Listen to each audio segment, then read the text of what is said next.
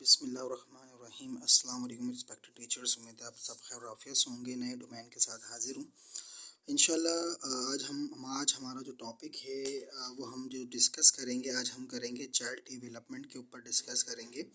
और हमारा first topic क्या है? Major theories and domain of child development. जी, तो हमारा फर्स्ट टॉपिक यहाँ पे आ गया। हम पहले सबसे पहले चाइल्ड डेवलपमेंट के डोमेन्स की बात कर रहे हैं। ठीक है, डोमेन मतलब होता है एरिया होता है। ठीक है, कि चाइल्ड डेवलपमेंट जो है वो किन एरियो के ऊपर फोकस करती है।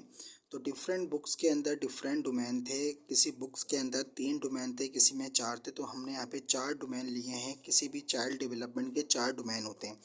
पहला जो होता है वो कॉग्निटिव डोमेन होता है। एक चीज़ मैं आपको बताता हूँ, कहीं भी कॉग्निटिव का वर्ड आए तो इसका मतलब होता है इमेजिनेशन होता है, क्रिटिकल थिंकिंग होती है, माइंड होता है, ब्रेन होता है। यानी कि कॉग्निटिव थ्योरीज हो या कॉग्निटिव का वर्ड हो, इसका मतलब टोटली यही होता है कि आप इमेजिनेशंस की बात कर रहे हैं, आप क्रिटिकल थिंकिंग की बात कर रहे हैं, आप किसी भी चाइल्ड की जो है वो ऑब्जर्वेशन स्किल्स को आप स्ट्रॉन्ग कर रहे होते हैं। तो फर्स्ट डोमेन चाइल्ड डेवलपमेंट का क्या आता है हमारे पास?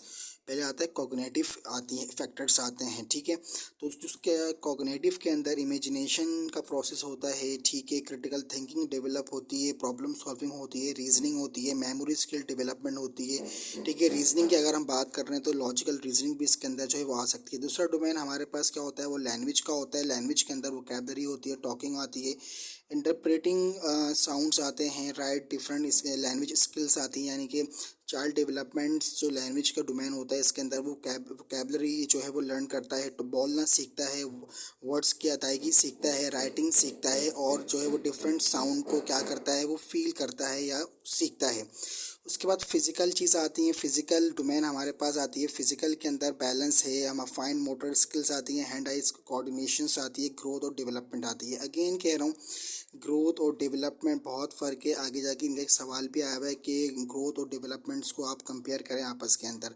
तो ये 3 डोमेन से चौथा डोमेन हमारे पास आता है सोशल और इमोशंस। इसके अंदर सेल्फ स्टीम आ सकती है, इसमें लव आ सकता है, फीलिंग्स आ सकती है, इसमें रिलेशन विद अदर्स आ सकते हैं, रिलेशन विद पेरेंट्स आ सकते हैं, रिलेशन विद एल्डर्स आ सकते हैं। ठीक है, तो ये चीज़ें सारी हैं। अच्छा, ये चीज़ मैं आपको सिर्फ एक वे बता रहा हूँ, इसके अलावा भी आप बहुत सारी चीज़ें जो हैं वो इमोशंस के अंदर, सोशल के अंदर लिख सकते हैं। इसके अंदर आप सोसाइटीज़ भी लिख सकते हैं, फैमिलीज आ सकती है। ठीक है, फिजिकल्स के अंदर बच्चा जो है वो किस तरह करता है, भी हम आगे जाके थ्योरीज पढ़ेंगे, उसके अंदर फिजिकल एक्ट पूरा हम डिस्कस करेंगे। तो ये हमारे पास कुछ डोमेन थे जो कि चाइल्ड डेवलपमेंट के लिए बहुत ज़्यादा इंपॉर्टेंट थे।